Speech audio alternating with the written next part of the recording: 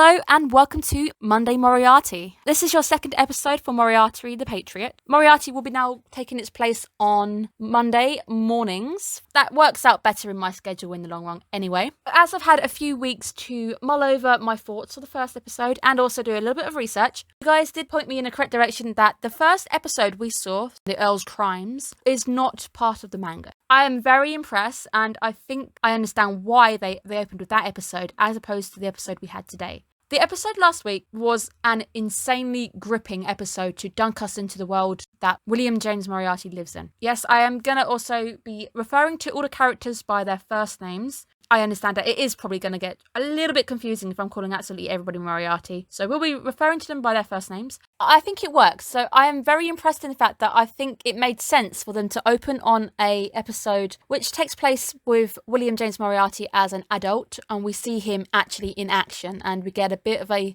little insight into what he's like in the current. This episode, which is the Scarlet Eyes Part 1, it is broken down into two parts. We'll be seeing the finishing half of this anime episode next week on Monday, so put it in your diaries, guys. Also, a big thank you to everybody who tuned in last breakdown. You guys really seem to be hooked with this anime, and I'm very glad that we're hooked because it is a very good premise, and I think this is going to be a very fun and also really good anime for this season. I think they've made the right decision by giving us a very fast-paced, a very thrillery whodunit to kind of jump into. The first episode we had gave us a bit of a lowdown on the character himself. We saw how smart he was. We saw his deduction skills being equally on par with the great Sherlock Holmes. And it just gave us a bit of an insight into the dark, grimy atmosphere of that 19th century London. This episode is a little bit different in its sense of tonal shift. It's a bit more story-based, it's a bit more linear. It's very slowed down compared to last episode. There's no murders going on. There is some death in the end of this one. We're now getting some lowdown. We're going to see, where did it begin? Let's go and look at the history. So let's jump into that now. We're going to jump into our episode. I'm very hyped to get going. I have been thinking about this anime 2 weeks, and I'm super excited to continue now with the weekly releases. So I'm going to be doing a bit of an info dump during the OP breakdown. I have a degree in history and philosophy. My area of expertise is early modern history. And why I'm mentioning this is because my thesis, so I did two. So my actual thesis was on the progression of early modern medicine. I did that, and then I did my draft, and my draft was actually on Victorian attitudes to death and burials. And why this is important is because there's going to be a bit in the OP where I need to mention some of my history. Just going to get it out there. I don't normally like to barrage you with much about me. We're here to talk about anime, not me. Let's go. We cut into a bit of an info dump before going into the anime itself. We get a little bit of information on the area we are living in. This little brief history lesson gives us enough information to be able to see later on during the episode why people are acting the way they are, why things are the way they are, and it gives us a lowdown on and what society itself is like in 19th century Britain. This is the period of the Industrial Revolution. This is colonization. We get the Great Exhibition. It is just a thriving time for Britain itself. The Industrial Revolution wasn't great for everybody. Sadly, if you are, as we now go into the class divisions, if you are in the lower class, you are probably going to be a factory worker and your life is not going to be very good. There's a lot of towns, especially more Birmingham and Manchester, the towns which themselves built up during these revolutions, where you will see rows and rows of houses which look identical, but they all lead towards a factory of some sort. Most of these houses would have housed the workers for the factories. Just because they provided housing doesn't mean the housing themselves was up to scratch. This is also a period where infection and disease was rife. When we saw Lewis being sickly, I wasn't shocked. We get a quick brief breakdown of how the class system works, where we've got the top 3% being our upper ruling class,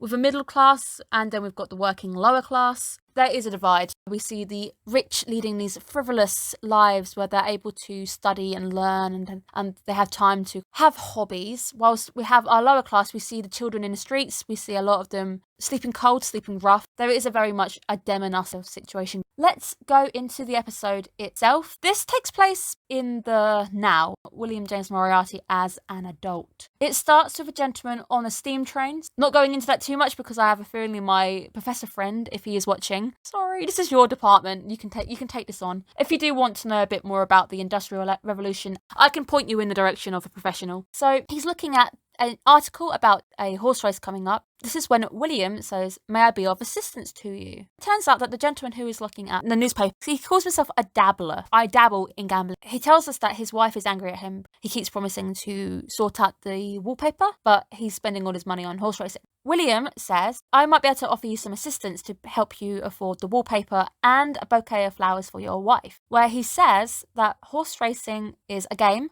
and that you are able to win if you are able to analyse the information and data at hand, where that then cuts to ROP. So this is the first time we get to hear ROP. I like it. It's very symbolism heavy. There is a lot going on. I think that works for the anime we're dealing with. The OP is Dying Wish, and we get our main characters. So we've got Albert, Lewis, and William. We get a shot of each of them looking out of a window and there's rain going down the pane. Windows generally used to show a divide. If there's a window between you and the outside world, you feel trapped. So these characters are inside looking out. They are trapped by society. They are trapped looking out at the world. The ED plays in nicely with the OP because these guys are looking out and the ED shows you what they want to create. We then get a shot of people wearing masks at a masked ball. Masks, usually we use them to hide our true selves. We also saw this play into the first episode we had where the Earl was masquerading around and hiding his true self, that he's actually into boys and he's murdering these children. Very good symbolism there, people hiding their true selves. William is going to be unmasking these people for who they truly are, and that's going to be playing into the main episode itself. We then see a lily. I told you last week that the lily is generally associated with funerals. So if you're at a funeral, a lot of the times the flowers are white lilies. This is a white lily. It's surrounded by blood and it sucks in the red and it turns into a red lily where then it catches fire. We also see the image of fruit burning up and decaying, and this then leads us into a shot within a cemetery. Remember what I just told you about my thesis, you might see where this is starting to go. First things first, symbology of seeing the flower and the fruit burning up and dying. I believe this is just a metaphor for the fact that everything alive is going to die one day. Everything alive, be it a flower, be it a fruit, or a human being, we are all mortal. Unless you guys are vampires, as I said in the last Noblesse anime. I'm sorry, if you are a vampire, I am so sorry for offending you. I'm honoured if you are a vampire and you are joining my video. We finally see Sherlock Holmes. I did have to double check before I was like, that's Sherlock. It is Sherlock. And there is going to be a Sherlock in this. So I'm going to be very interested to see how he comes into the story. We're focusing on Holmes's great opponent, the man who is equally as brilliant as Sherlock, equally as smart and genius as Sherlock. It's going to be interesting to see this. We see Holmes is within a spider web. He's within the web itself. What does Holmes do? He puts himself in these mysteries and he has to work his way out. We then also see, presumably, is Watson behind him. We then get a cut where we see both Sherlock and William James Moriarty holding guns to the other's head. They're both in a position where it's a bit of a stalemate. They're both equally as smart. At this point, they've both got a gun to the other person's head, so there's no movement. There is no clear winner between the two. They are both equally as brilliant. We get a sequence where we get a chase sequence, which I believe is actually Scotland Yard. So I have had, obviously, a few weeks to have a look into the characters. I'm not spoiling this for myself, so quick heads up, I am not a manga reader. Please do not spoil it. Anybody spoiling this anime, you are doing something that the anime itself doesn't want doing. This is a mystery. We need to try and keep this air of mysteries for people who are watching it. So yes, please, don't spoil it. If I do mention something that you know the answer to, keep it quiet because of how brilliant the anime is. It's probably going to show us very quickly the answer to the question anyway. I don't know the manga. The only thing I've done, just to make sure that I'm on my ball here, is I've had a look at my anime list's character cast list to see who's appearing.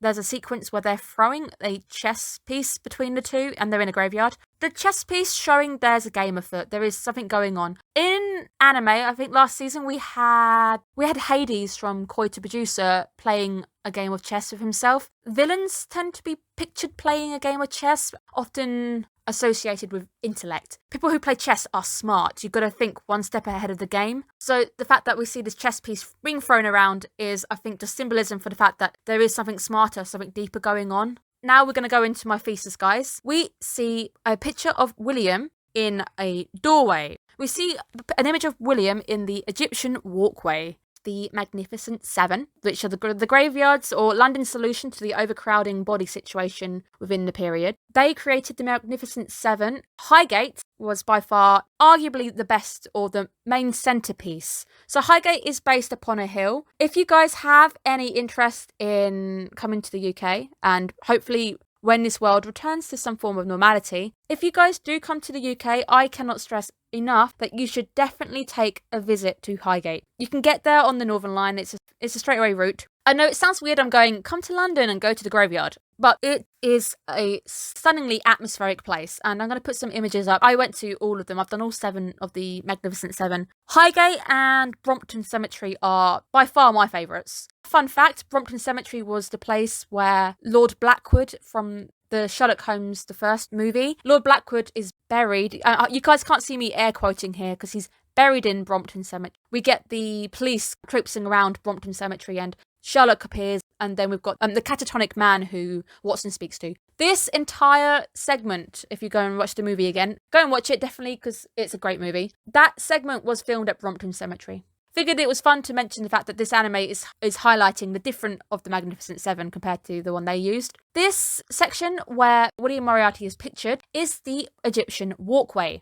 And this walkway leads to a ring. If you have seen, even though it's not such a great movie, the second of the Fantastic Beasts, our friend Grindelwald is having a meeting and the guys go into this doorway to go and find the vault. That whole thing is filmed within that inner circle at Highgate. That's what I cannot stress enough. Is a very beautiful graveyard. Definitely go and visit. The upper cemetery, which is the one you want, you have to book into a tour. And the lower cemetery is like £4 or £5. You go and have a look around it. The upper cemetery is worth your time. It is fantastic. The fact that we're picturing him here, I think it's just to show us this very nice iconology. The walkway itself, people believe that if you went through this walkway, you were entering the land of the dead. I'm going to save it till the end because there's another scene where we see the Moriartys at the end with very similar symbology with this whole going into hell, coming out of hell symbology. We also got a quick shot of St. Paul's Cathedral within the eyes of William Moriarty. Falls in front of Big Ben. In his eye reflected, we see St. Paul's Cathedral. I think it is just landmark-wise. But at the same time, remember what I said last episode? If this anime is doing anything right, or if it is going to be as smart as I'm hoping, I bet there is an undergoing mystery which it's setting up even now. So whether St. Paul's is going to come back and play a very important role, maybe. Let's now go into the episode. That's all of the open out the way. Let's jump straight into 1866. We do get another picture of St. Paul's. This takes place prior to the events of when we saw William on the train. And we get some gentlemen discussing the horse race coming up. And they're like, ooh, what should we pick? Who should we bet on? Not sure what. William is walking around in his finery and he says, you should bet on a certain horse. It's a game and you can win 80% of the time if you just analyse the data in front of you. They mention, yes, didn't he pick the winning horse last week? We then get a woman coming up to Moriarty asking for some help with her flowers, where she takes them home and they start to wither and they don't really last. William says, you should add some vinegar to the pail that the water is stored in, just a tiny bit. And the reason why is vinegar is a preservative. We often use it to pickle things. So you pickle onions, you keep things in it to store it and preserve its shelf life. Whether it works or not, you guys are going to have to let me know because I don't keep flowers in the room because I have hay fever. This initial scene essentially sets up him as a character. So we are essentially establishing how smart the child is. We are establishing how he's acting around people. He's using his knowledge to help the people out. And we're also seeing that people are very happy to see him. People come up to him. He's given cookies by one of the men for helping them out. It's just a nice little setup scene just to show you how smart he is and how friendly with these people he is. This is before the next scene where we see before the fostering. Albert arrives. We get a very brief conversation where he's talking to William about him helping people out. And he says that you need to keep helping people. Always make sure that you're still helping people. And that cuts to the next scene where we meet Simon. Simon isn't very nice. And Simon kind of gave me enough information for me to start doubting and also confirming a few of my theories I got from the first episode, which I'll talk about. We see Lewis sweeping the floor and he starts to have a coughing fit and he sinks to the floor. Also, quick note that I've noticed that Lewis's eyes are slightly darker than William's. So William has got the proper blood red eyes, whilst we've got Lewis, his eyes are slightly darker and a little bit more maroon colour, which is quite a nice difference. Just a small difference between them, but it's nice to have that. Aside from that, older Lewis has a different hairstyle parting. He's got a bit more of a fringe than William has. I prefer Lewis's look. I think I really like Lewis's look. I haven't seen enough of him as an adult for us to say who I prefer out of the two. that is to come. Bear in mind, this anime is going to have 24 episodes. I am so excited. And yes, I did say 24 episodes. A recent announcement which had me hopping around the room, so excited. During the week, my anime list sent me a little message going, a second season has been confirmed of Moriarty the Patriot. And I went absolutely mental. I am so excited that we're getting a second season. They could end on a cliffhanger very easily and just keep us all hanging for a year. We now go back to Simon, who I'm not as excited to talk about. Simon, going all ham quite early on, he starts to reprimand Lewis. So Lewis is on the floor. I think William says something like, you need to take it easy, when he's like, well, no, he's still got all his limbs. He's still fit enough to be able to help us. Where he starts to reprimand William for being in the family carriage. And he's reprimanding... We see Albert coming across to take a bit of responsibility, and he seems to have a bit more superiority to the butler. He then tells Albert that he should be distancing himself from Lewis and William, or he himself will be reprimanded by the ladyship, where he then tells William to take off the jacket and says that Albert's hand-me-downs are too good for you. And then he gives us the first hint of why he's acting the way he is. He says to think that you guys, a week ago, you were foraging in the back alleys for food. If you guys could see my notes, they are so in-depth. I've got a little note going, so he's not Albert's proper brother. I had a few theories last episode, but I didn't say anything because I didn't want someone to come over with a broom and smack me in the head. Albert's brother, his actual blood brother, is Master William, who we're going to call Master William. I don't want to get them too confused, and I don't think we really had to talk about Master William for much longer anyway. That's his blood brother, whilst Lewis and William are blood brothers, but they are orphans, so that's essentially why Simon's going all ham on their ass. At the end of this episode, we see that Albert taking them on as fosters. They may not be brothers in blood, but they are brothers in name, and nonetheless, they are brothers. I did have that theory just because of the way Albert looked compared to the other two. It was either that, or in my head I was like, maybe the fathers had two different wives. They share one parent, but they don't seem share both. But I didn't want to mention it last episode because I had a feeling I'd probably wind someone up. So Simon says to think that I'd be serving the lower class, hence his anger. We remember the class system, so it's not just two. So far we've mentioned the upper class and the lower class. Within the middle we have got the middle working class. Probably, taking a stab in the dark, he's probably middle or he's upper working lower class. Most of the servants to big households like this would have a live-in position, so he probably lives on site. He probably has a better situation than most of the lower class, where they'd be crammed into multi-households, where if you're working for a factory, there's probably quite a few of you sharing the same space. He is essentially bitter because he's serving somebody who he considers lower than himself. I do think it's quite bold that he's doing it in front of Albert, because nonetheless, Albert's parents are his employers. Him talking that way to Albert as well, it's a little bit of a bold move on him. If Albert had better relations with his parents, he probably could get Albert fired. So we get a new character enter, and then we end off on meeting Master William, and then it cuts. This is when we now get a flashback. Flashback is prior to those events. I think it was important to meet William and also see this scene because it sets up a bit of history to what's going on. Let's now jump into the rest of the episode. I think takes place in the same time period. We now get a scene with Master William and Albert. Turns out that Albert is heading out to the Ragged School, a school run by charity and voluntary work. It's a school for the poor children. I want to call him a snob. His attitude is wrong. So he does refer to them as the grimy underclass, and he's like, I don't understand how you can go and hang around a school like that. To us in the modern, he's acting like a complete utter nonce. He is exhibiting a very horrid behaviour. But at the same time, we have to bear in mind a tiny grain of salt. During the 19th century, William would have been taught, obviously, by a schoolmaster, but at the same time, he has probably learnt this attitude, that this attitude is okay, from his mother. We see, I think, briefly as well, that his mother is all against having an orphan in the house. Very stern, very old-fashioned attitude. In the end, I think the best way of putting it is what William says, there's bad nobles and there's good nobles. Albert's own attitudes himself, the fact that he hates the world he's in, Albert is very revolutionary. His attitude of thinking, him actually being involved with charity and him hating the world that he lives in, it's very revolutionary of its time. Most people of that century, especially in the upper class, would be more in line with William's thinking. Just wanted to put it in. I don't side with Master William at all. He's not a nice character off the bat. Anyway, I think we won't be seeing him in the next half of the episode next week. The ending of this episode kind of finalises that. As much as we hate the guy, his attitude has come from his parents. He won't think any differently because that's how he's been brought up. It's just something we need to bear in mind when we are dealing with an anime which is dealing with a past which is very different from our views now. So we follow Albert Albert, as he's in his carriage, and he says he hates the world. So he sees the whole ranking the class system as nothing more than a curse. Let's now go to the Hatton Garden Ragged School. And it does say that it is run by charity and it's run by voluntary work. He apologises and says that, I'm sorry I couldn't come, I was dealing with a cold. Where they're all like, shouldn't you be in bed resting? But we get him say, no, I do not wish to stay at home right now.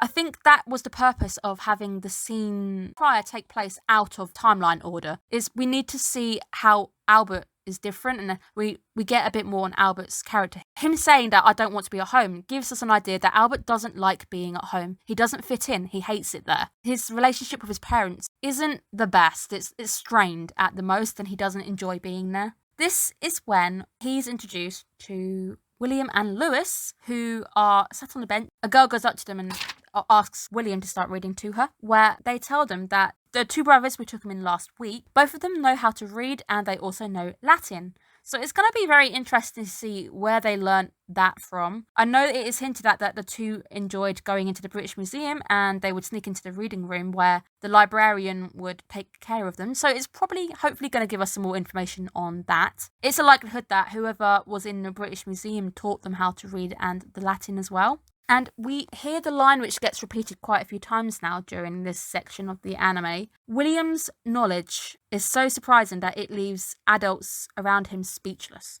Now take a cut, let's go back to upper class society for a moment, where we are going to see so I'm going to call her the Duchess, she is a Duchess, where we see the Duchess hosting a party with the upper class, and Albert's father is there as well. And she says that we're going to be fostering 2 orphans. A gentleman goes and he praises her and he's blessing her on how charitable she is, where he kind of gives Lord Moriarty a bit of a face where he's all like, you're so charitable, shouldn't you be doing the same? We then cut to Lord Moriarty's wife, Albert and Master William's mother, being absolutely livid. He announces that he also is going to foster some children. She's like, no, we can't do that at all. I refuse. And she even blames Duchess. She's like, she's a charity-crazed woman. If we quickly recall what I just said about Albert being revolutionary of his time, the way he thinks is modern. It's for the period of time it is. It's very out there. The Duchess herself, probably as well. I could probably put her in the same bracket as Albert, with her thinking being very forthcoming, very future-based and very revolutionary of its period.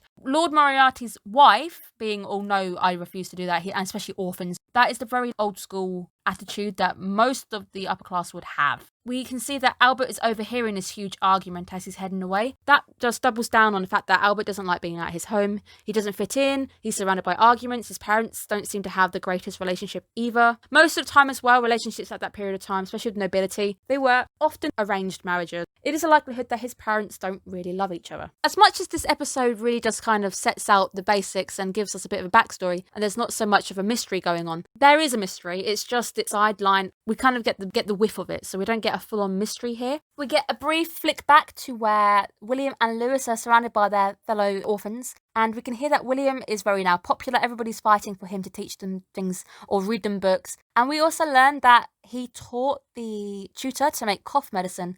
We then get our scene where Lord Moriarty has asked Albert to select an orphan to foster. Turning point of the episode. Albert arrives at the school and we see William is doing some maths for some men in the street. But as soon as Albert comes over, the men quickly kick the drawings away. We also overheard Moriarty saying that 40 yards would probably take you about a week to dig. That's where we kind of get our hint that something's going on. The mystery this week isn't the forefront of this episode, but it is going on still. That's when we get a conversation with William and Albert, very, very briefly. It's the first conversation they have proper. It turns out that William is using his knowledge to get by life. In exchange for his knowledge, he's getting food and money, so it helps him live a peaceful life over turning to thievery. If someone's in trouble, I can be of help. It starts to set up the character of William as a whole. He uses what he can do to get what he needs. So for him, as an orphan, he needs food and he needs money. But what he's got is knowledge. And it's a fair exchange, so he's able to live and these people get what they need to do what they need. We then get the next section where we see St. Paul's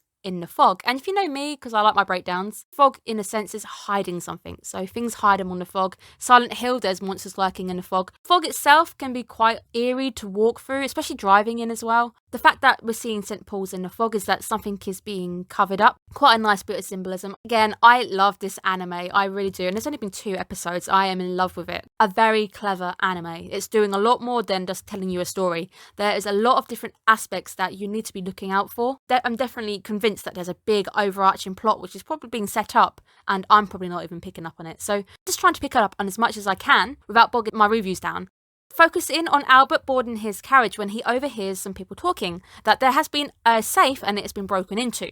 The people who are reading it are all like, oh, didn't he extort money from the poor, so he probably deserved it? And they were like, the thief was really, really smart. They were able to dig a side tunnel from the sewers. 40 yards is no easy feat. Albert freezes because he overheard William say that 40 yards will take you about a week to dig. He's like, am I overthinking this? I have to be overthinking this. He starts to put 2 and 2 together because Albert as well, he's not exactly stupid. He arrives at the school where he then overhears the children in the chapel. A very nice symbolism going on here where we see Moriarty almost up at the altar talking to the people around him. The light as well, I've got to mention the light in the chapel sequences are gorgeous. Moriarty is talking to the children about the nobles, where we hear the children talking about nobility. William says that nobility is great. The children are like, well, I've had some bad encounters with nobility where they stare at me from the street or they spit at me and kind of call us names. And one of them mentions the fact that her mum worked for her family and then she died. William is like, the nobility is great, obviously. Their forefathers contributed to the country we're in. But he says that there are bad nobles. And then he asks the children what happens when a noble goes bad. And that's when we hear, we fight them. Quick flick to Albert. And then they say, and we kill them. Kind of gave me very bad Lord of the Flies vibes. And I was like, ooh. I mean, I was expecting it to go somewhere down that route. But just to hear these children all starting to chant, fight them and kill them, that's a little bit creepy. We then cut back to Albert, who's outside the chapel, and within his mind, he says, if we get rid of all the bad people in this world, it would be an ideal country. Albert says, William is taking the path of the wrong to achieve the world of the right. Albert comes home to a maid who is scurrying past him with her hand covered in blood, where Master William comes out holding a bloodied fork, where he says, I was teaching the maid a lesson, and I am fed up of the lower class. I'm going to talk to father and get her fired. And we just get the Albert death glare. I think it's synonymous here. Nobody likes Master William. I think his purpose is essentially to give Albert the motivation to approach William. It helps him make up his own mind, where the next thing we get is Albert approaching William. He announces that he heard the lecture, he heard the Down with the Nobles stuff. He asks, can you fight the whole country? Where William is like, that's what I intend to do. Our lives should be the same value. We should be fighting for equal rights, equal right to be happy. The class system is a curse, which is what we've heard Albert think himself. This here should be resonating with Albert, where he says that the class system leads to people becoming tainted and it gives birth to devils. It's a similar thing that power corrupts people. Also, quick note to the light during this sequence is absolutely gorgeous. You've got the light peering through the stained glass. You've even got the light hitting the shoulders of William and you can see the stained glass pattern on him. Looks absolutely gorgeous. So whilst William is talking about the equal rights, we get some really nice, they look like paintings, these images which are still screenshots, and they look like paintings. They are absolutely gorgeous. One of them is of a chimney sweep and you've got the whole industrial revolution going on behind him. The pictures are great because the pictures don't just focus in on the subject, which is the child on the chimney pot. You get more of an atmosphere. The atmosphere is built up. You also get another look into Britain at that time period where you can see the skyline is full of smog and you can see stuff churning out smoke. A bit more of the world building which is going on. So these pictures serve as world building. We get a bit of the poverty. We also see the flower girl in the street who's selling flowers to try and make money, and we've got these rich women walking past her, trying to get that divide going on, the rich and the poor divide. It builds up the world where the flower girl is standing beside a red post box. That's one of the big things where people as tourists come to London, and it's all about the red boxes and the red phone boxes for them. A lot of the stuff we're seeing in these frozen images, yes, it's making a point. It's also world building. Very, very cleverly doing two things at once. William goes on to say that once the devils are cast out, people's hearts start to change. They start to lighten up again and the world will be beautiful. He asks, will you report me to Scotland Yard? For those who aren't familiar with terminology from like the Victorian period, or if you don't watch a lot of UK period dramas. Scotland Yard is just another name for the police. Contrary to your belief, Scotland Yard is not in Scotland. Sorry to break it to you. We just get some really gorgeous light where we've got William standing in front of the stained glass and it's peering through. It's like a golden light. He probably is appearing as a bit of a holy figure to Albert because he's offering him what he wants. We know that Albert resonates with what he's saying because he says that himself, the class system is a curse. They both see the same thing. He sees him as somebody who can make what he wants a reality. Quickly cut to the end credit scene with the song, which is awesome, a nice way to end us out. Essentially a paint scene, so we get a lot of frozen still images. There's no movement going on. And the scene is the brothers, Albert, Lewis, and William. They are all painting on the wall of this old abandoned cathedral. What they're painting are beautiful scenes of a beautiful world that they want to create. It's nice symbolism. It's just, it puts into an image what it is they're trying to do. So they're all painting and they've got gorgeous colours. They're trying to create a very nice world. They're trying to take things into their own hands and make what they want. It's just colourful. I think it's a really nice ending. I do think it's a little bit odd that they focus in on the scene of the waterfall, especially if you've watched the Game of Shadows. Moriarty, obviously we're calling him Moriarty in that particular movie, so that's probably the bad habit I've gotten into. When Sherlock confronts him finally at the end, he basically admits I can't defeat him at all, so he throws him and Moriarty off the balcony and they go tumbling over the waterfalls. Just wondered if that was perhaps a little Easter egg they've thrown in there, so we get a little thing where they kind of focus in on his waterfalls. Then we get our final scene. We see Lewis creeping up behind Albert and he's pulled out his knife and there's just this standoff where we end again with him saying, "Orphans with the knowledge to leave the adults speechless." And then we cut to the final sequence of a fire breaking out at the Moriarty household. And out emerging from the flames, we get Albert, Lewis, William. They emerge from the flames. I think they're a little bit older, so we must now have jumped ahead back to where we initially started the episode with them. And it's just nice symbolism because they're emerging from the fire. They're emerging from the fires of hell, whether they are Phoenix rising, they are reborn, rising up from the ashes, they are anew. A very nice, clever ending. This week's episode was just amazing. I have so much to say, and it's very difficult to break down what I want to say half the time. I try not to make these episodes too long. I try to break it down and get the main points covered. It has been another amazing episode. It's a little bit different, so it's not as fast-paced. First episode we had was setting the scenes, whilst this is now getting down. We're getting some information now, so things are a little bit slower in pacing. It's still not slow enough that it's dragging its feet. In this first half, this section is Act 1, Act 2. In this first half, we've just kind of covered the meeting of Albert, how he met the two brothers. We've covered the family, we've covered the issues there, and we've also just seen them emerging as brothers. I really do enjoy being able to break down like I do with these ones. Hopefully as well, you guys have also enjoyed my breakdown. It's very difficult for me to not kind of spew out a ton of information because of how much I really enjoy talking about things like Highgate. It's very difficult to restrain myself, but